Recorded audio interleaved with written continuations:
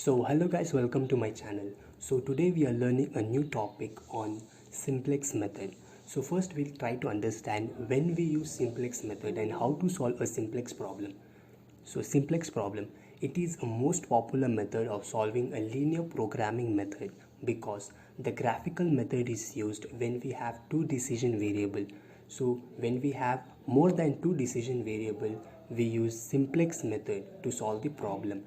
So next we'll look into how to convert a standard form of LPP, how to convert a normal constraint into a standard form of LPP. The RHS of each constraint should be made non-negative. So if we found any negative, then we have to multiply the entire equation by -1 and make it a non-negative constraint. So to convert into a standard form, we need to express the equation by adding three variables, that is slack variable, surplus variable and artificial variable. So now we'll look into a slack variable. So slack variable is introduced by lesser than equal to sign, and it is introduced in an objective function with a coefficient of 0. So the value of slack variable will be 0. So let's look into the small example of slack variable. So 2x plus 4y is lesser than equal to 50. So this is the constraint. So now we are converting this constraint into the standard form. So here it is. So 2x plus 4y plus s1 is equal to 150. So here, instead of lesser than equal to sign, we are adding a slack variable with a positive sign. Here it is, 2x plus 4y plus s1 is equal to 150. This is a slack variable. So next we'll look into the surplus variable. So surplus variable is introduced with a constraint of greater than equal to type, and it is introduced in an objective function with a coefficient of 0. So here is a small example. So y is greater than equal to 50. So here, instead of greater than equal to sign, we are introducing a surplus variable with a negative sign. So y minus s1 is equal to 50. So in slack variable, we are introducing a slack variable with a positive sign. In surplus variable, we are introducing a surplus variable with a negative sign. But in the objective function, both the coefficient will be 0. Next we'll look into the artificial variable. So in artificial variable, there is both greater than and equal to sign. So it is a dummy variable introduced for mathematical purpose. It does not include anything with respect to the problem. So this artificial variable will not affect our problem. So we are just introducing a dummy variable here. So in the final solution, an artificial variable will be remain as 0. And in the objective function, the coefficient will be minus m. So in previous we saw that slack and surplus will be the coefficient with 0, but in artificial variable the coefficient will be minus m. So here is a small example.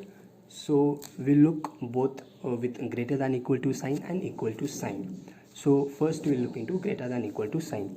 So y is greater than equal to 50. So here we are introducing a surplus variable plus artificial variable. So y minus s1 plus a1 is equal to 50. So here, instead of greater than equal to sign, we are introducing a surplus variable with a negative sign plus artificial variable with a positive sign. This is in case of greater than equal to sign. So next we'll look into the equal to sign. So here the next example. So x plus y is equal to 5. So instead of equal to sign, here we are writing x plus y plus a1 is equal to 5. So in equal to sign, we are not adding any slack or surplus, only we are adding the artificial variable with a positive sign. So these are the three variables. So with these three variables, with the help of these three variables, slack, surplus and artificial variable, we can convert a constraint into the standard form. So next we look into the small problem type question. There it will be all the three forms. In one sum there will be slack, surplus and artificial variable. So we'll look into the sum. So here is a question. So max z is equal to 3x plus 10y subject to x plus y lesser than equal to 70, 2x plus y greater than equal to 10, x is equal to 5, whereas x comma y greater than equal to 0. So here we have three constraints. So we'll look into the answer. So before getting into the answer, I'll show you what are the objectives and what are the constraints. So here we'll look into. So this circle one are the objective. So as I said earlier, so here you can see. So in lesser than equal to sign, in objective function we are putting plus 0. So here you can see a coefficient 0, and here you can see coefficient as minus m. So these are the objectives, and the down ones are the constraint. So these three are the constraint. So here you can see all the three. So here you can see both the constraint as well as the objectives. So now we'll look into the solution. So first in solution we should write max z is equal to, and leave the blank space. We should copy the same 3x plus 10y and we should leave a blank space. Then we'll go to constraint first, subject to. So first constraint is x plus y is lesser than equal to 70. So lesser than equal to 70. So now we have to convert it. So when there is a lesser than equal to sign, we are introducing it with a positive s1. So x plus y plus s1 is equal to 70. So we are adding a slack variable with a positive sign in equation 1. Then in second constraint, it is a greater than equal to. So it is a surplus variable, surplus and artificial variable. So here 2x plus y minus s1 plus a1 is greater than equal to 10. Is greater than equal to 10. So here instead of greater than equal to, we are adding a surplus variable with negative sign plus artificial variable with positive sign a1, and a third constraint. So it is a equal to sign. So here we are only adding a artificial variable, so x plus a2.